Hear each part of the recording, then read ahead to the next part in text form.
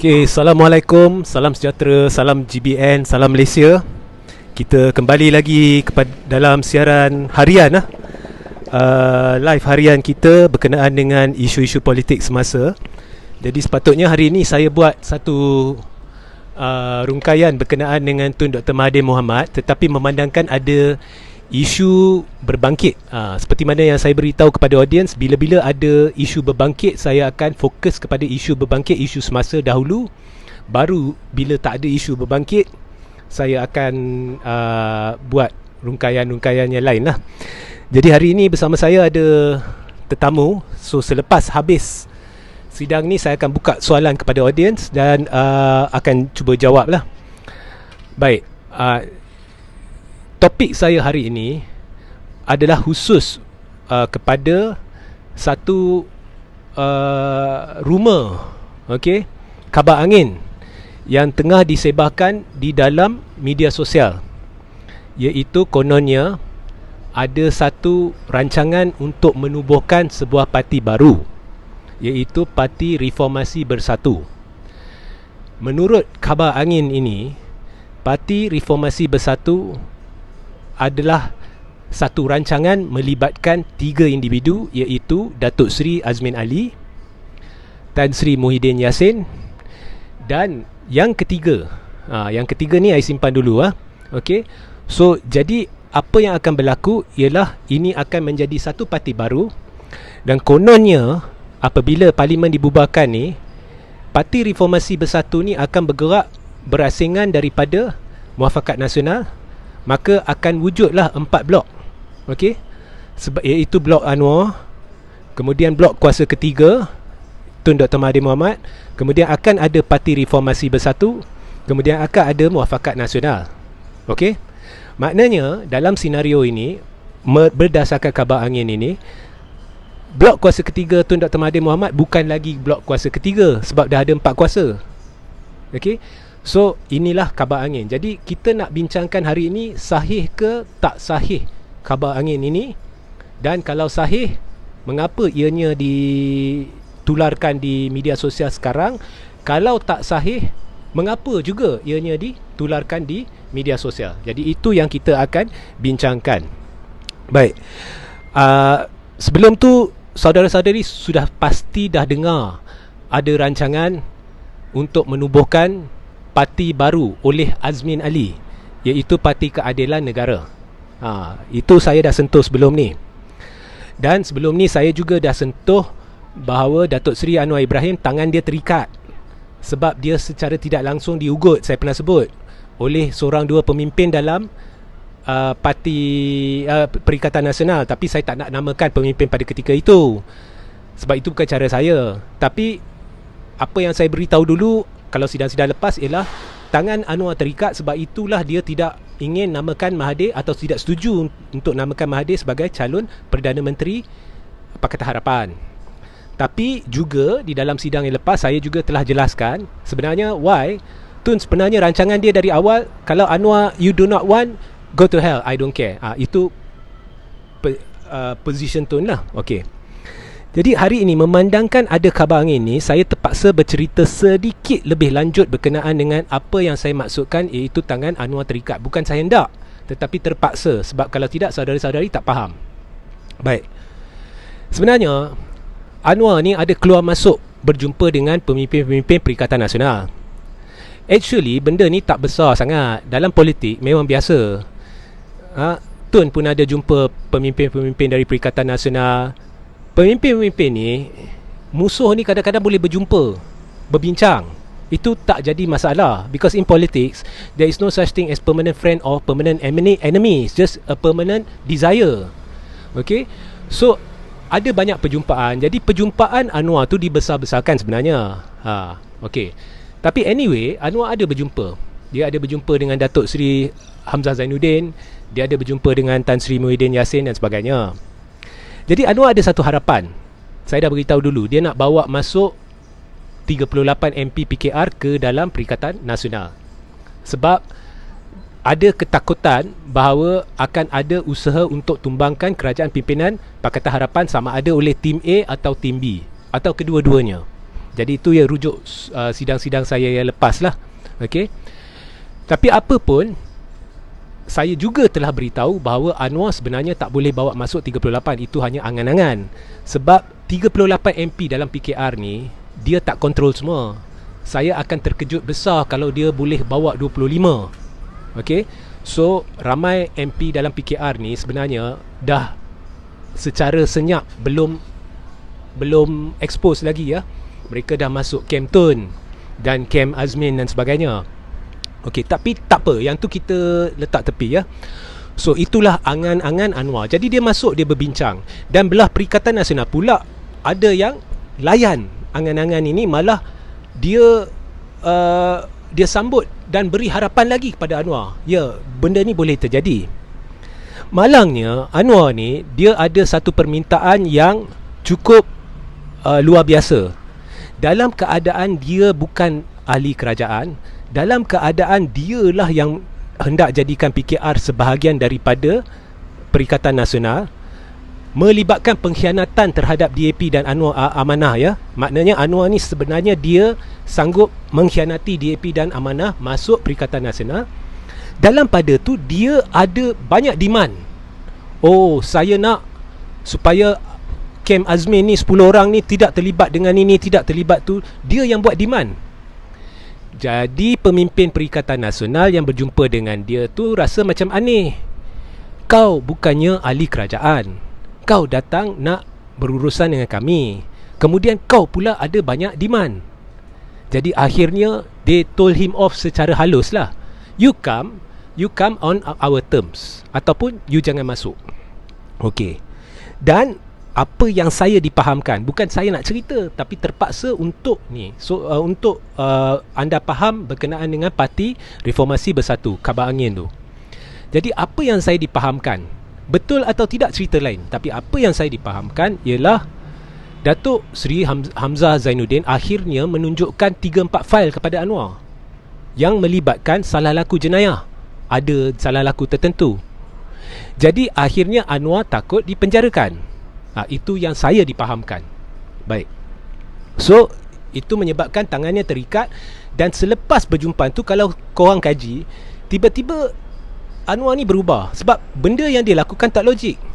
Mahathir has the numbers. Dia ada dari Tim B, dia ada dari PPBM, dia ada dari Warisan, dia ada dari satu kelompok di Sarawak, bukan GPS ya, tapi MP-MP Sarawak. Dia ada daripada DAP, dia ada daripada Amanah.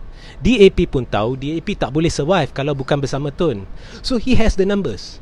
Ataupun peralihan majoriti sudah berlaku.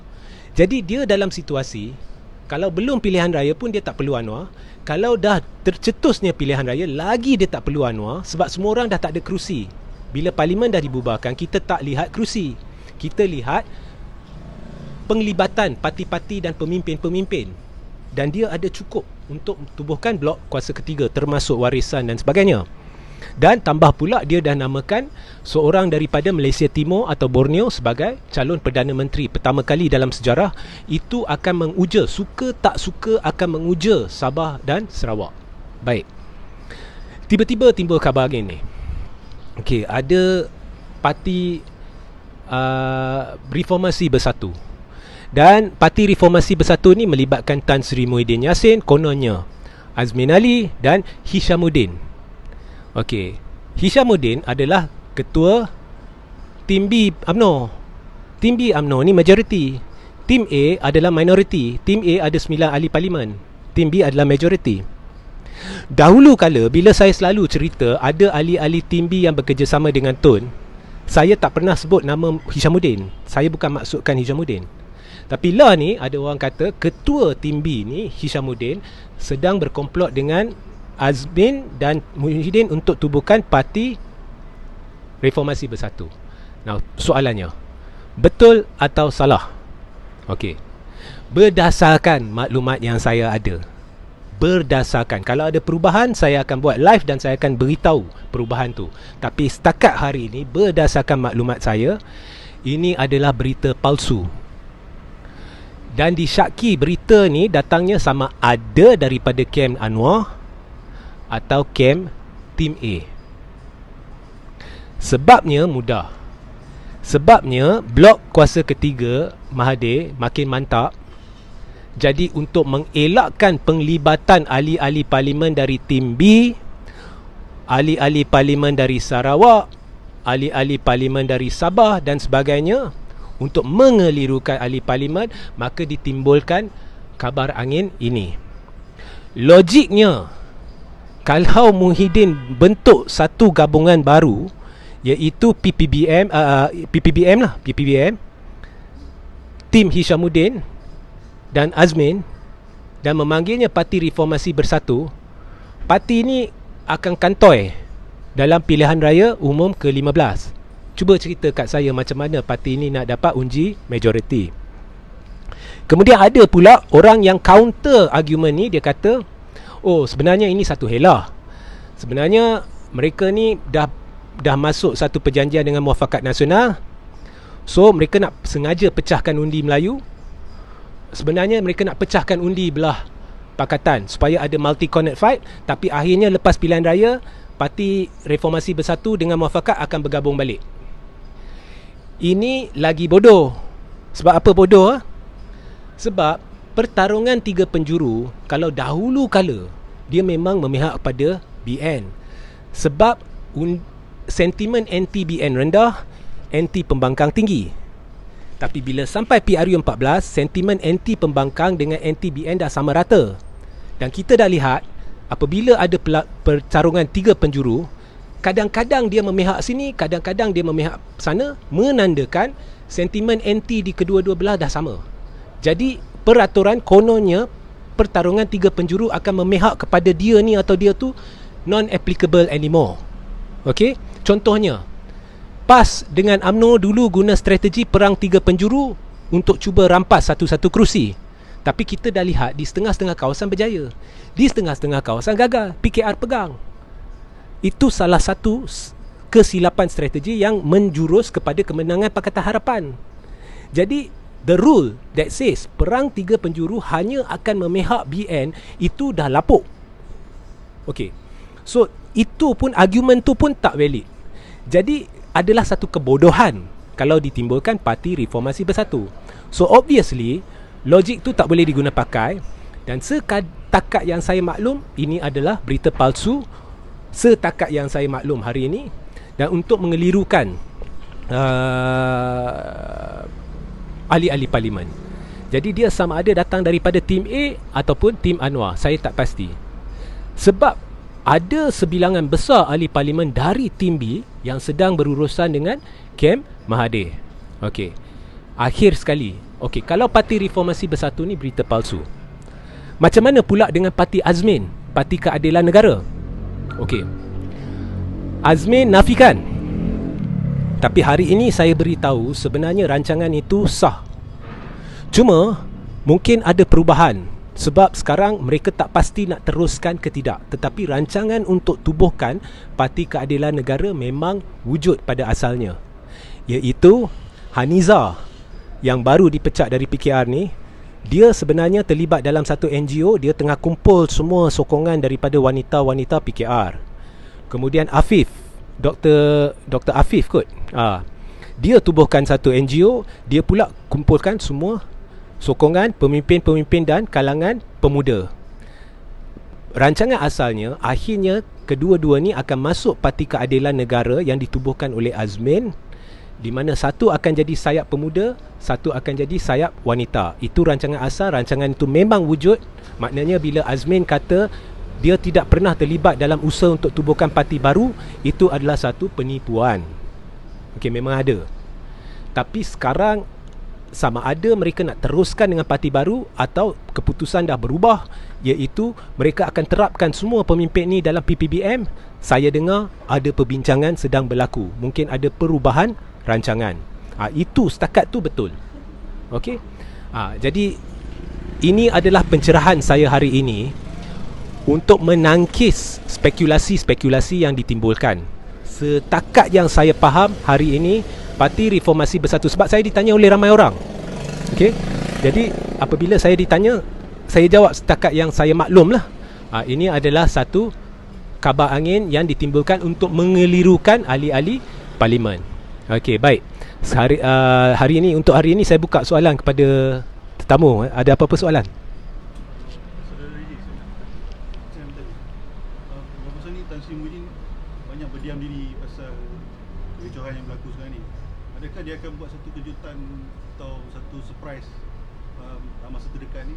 Mungkin boleh bagi pencerahan sikit. Surprise macam mana? Mungkin tiba-tiba nanti dia buat PRU, dia announce PRU 15 bulan Ogos ke, seperti ada. Adakah Muhyiddin akan buat kejutan? Kalau ikutlah pencerahan saya yang lepas, situasi yang saya nampak lah, situasi di dalam perikatan ni very complex and very weak. There in the first place banyak perpecahan. Okay, you have Tim A, Tim B, UMNO. You have isu muafakat tak didaftarkan, perikatan tak didaftarkan. You have isu PAS akan duduk bawah bendera siapa. Kemudian you have isu kalau PAS pakai bendera dia sendiri pun akan timbul keraguan di kalangan pengundi Melayu Islam. Kalau dia tak pakai bendera BN pun akan timbul keraguan. Orang kata boleh tak mereka bekerjasama. Dan kalau pakai bendera BN masuk ke dalam PAS Kelantan pun orang kata BN menceroboh dan sebagainya. So banyak isu, banyak yang tak kena dengan blok kerajaan ni, dan ini semua orang dah sedia maklum. Nombor dua, kalau berdasarkan maklumat saya, memang dah berlaku peralihan majoriti.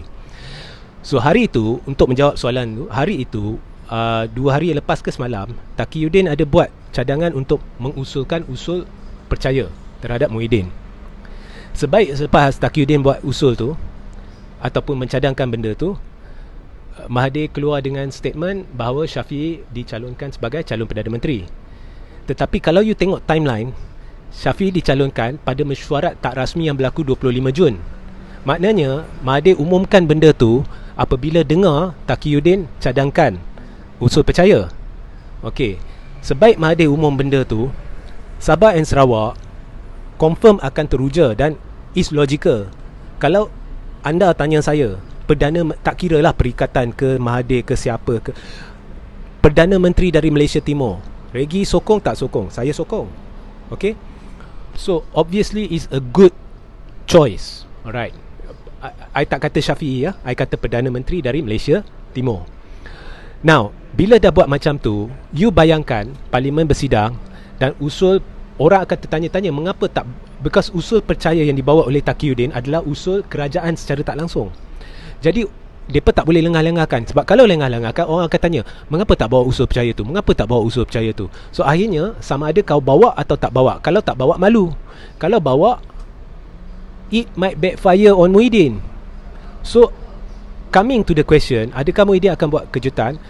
Possible. If I am Muhyiddin, okay, saya akan cepat berbincang dengan semua parti-parti komponen, dan saya akan kalau saya lah, saya akan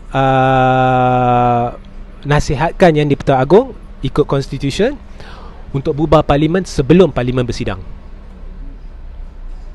Kalau saya, okay, because it's better to go into the election without humiliation than to be humiliated first then go into the election. If I'm Muhyiddin, I'm putting myself in Muhyiddin's shoe tau. Sebab saya tak boleh talk on behalf of Muhyiddin, on behalf of Tun and all that, no. So I'm putting myself in Muhyiddin's shoe, and I'm saying if I'm Muhyiddin, it's better not for me not to suffer humiliation, because I think what is happening is crystal clear. Dalam keadaan daripada terdesak dan buat ini buat itu untuk cuba pegang satu benda tu, because the end result seems to be very obvious, is crumbling. Better saya masuk pilihan raya without humiliating myself. Okay, more if you have any. Kita sekarang cakap pasal parti Melayu apa semua. What about pendirian gerakan dan MCA dalam cerita ni? I mean, diorang pun banyak diam diri, tak cakap apa-apa kan. Okay, MCA saya kalau tuan balik dan pergi rujuk ke dalam saya punya YouTube ni, link ada di bawah sekejap lagi. MCA ni, babak MCA ni saya dah banyak cerita dah. In fact, saya ada buat satu siri 3 video untuk ceritakan sejarah MCA, sejarah DAP, mengapa saya rasakan MCA dengan DAP 2x5, 5x2 dan sebagainya lah. Sepintas lalu lah. MCA dan DAP ni, kalau you kaji, they both come under the same persatuan-persatuan, kesatuan-kesatuan, pertubuhan-pertubuhan, tokong-tokong Cina. Dan kalau you lihat kepala semua ni adalah lifelong MCA member. Dan one of the biggest taiko kepala is bekas Menteri Pengangkutan kita dari MCA, Chan Kong Choi. Okay, MCA did nothing for the Malay. Dalam pada 20, 30, 40 tahun DAP yang buat racist apa semua ni, MCA did nothing to educate the Chinese and the Malay that this is wrong. Malah kongsi pentas dengan DAP secara langsung atau tidak langsung ada untuk serang balik kerajaan, walaupun MCA is part of the government. So what I also told the Malays is that dalam pada you pandang DAP, satu jari tu make sure tunjuk pada MCA. Okay, sebab itu dia berdiam diri. Actually MCA adalah sebab Muafakat Nasional tidak boleh didaftarkan. UMNO tidak akan lepas MCA. Mengapa? Sebab apa? Sekarang ini pun saya dah jelaskan dalam satu sidang, tapi secara ringkas. Sekarang maybe kita ada, for every Chinaman you have 3 Malay. Maybe lah. Okay, tunggu lagi 15-20 tahun, for every Chinaman you will have 6 or 7 Malay. Population Malay naik macam ni, population Chinese macam ni. So hari ini Chinese bersama DAP. MCA sebenarnya tak kisah. Dia fokus kat bisnes. Mengapa? Sebab dia tahu dan parti ni kaya, dia boleh tunggu. Dia tahu DAP akhirnya dia kena buka pintu dia kepada pemimpin-pemimpin Melayu. Mengapa?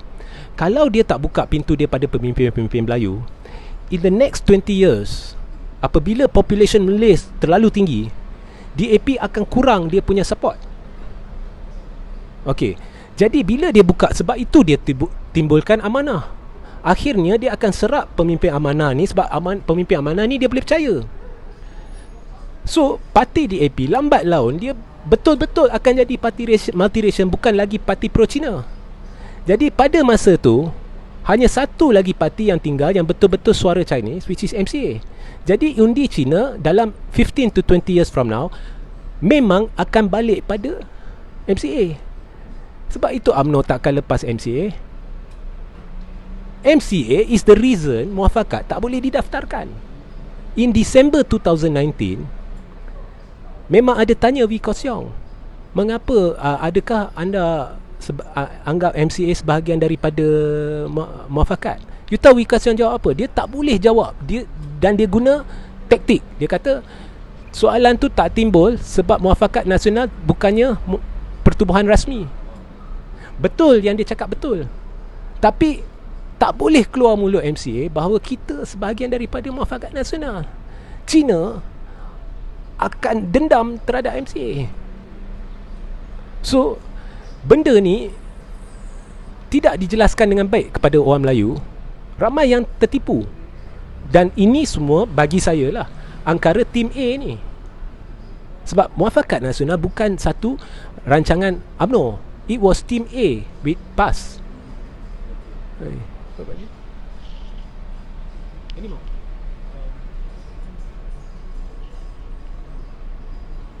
how relevant is visi Tun Mahathir dulu dia pernah cakap dia nak kuburkan kerajaan yang bukan daripada parti mutu individual yang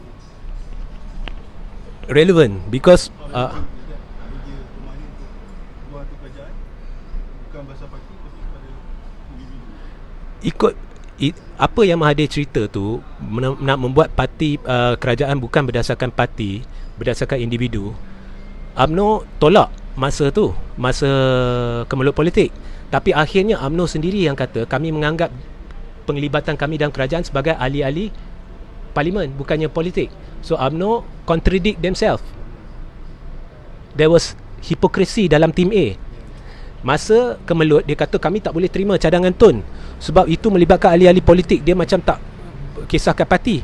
Tapi akhirnya bila ditanya adakah kamu ahli perikatan, no, kami anggap diri kami dalam kerajaan ni hanya sebagai ahli-ahli parlimen, bukan parti politik. Sebiji apa yang Tun kata.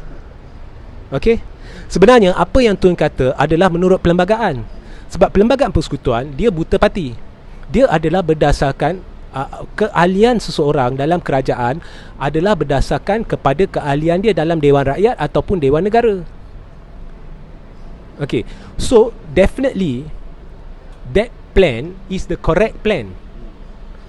Itulah satu-satunya cara boleh ada penyatuan yang lebih menyeluruh dan kita boleh pecahkan kemelut politik ni yang asyik-asyik ditimbulkan oleh bukan pemimpin sendiri yang melaung-laungkan penyatuan ummah ni sendiri yang duk pecah belahkan masyarakat dengan pencaturan-pencaturan mereka.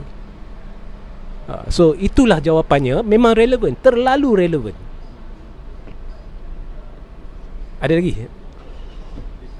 Okey, sehingga kita berjumpa esok ya.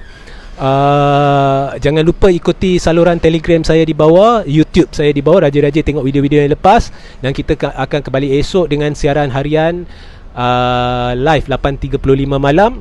Assalamualaikum, salam sejahtera, salam GBN, salam Malaysia ya.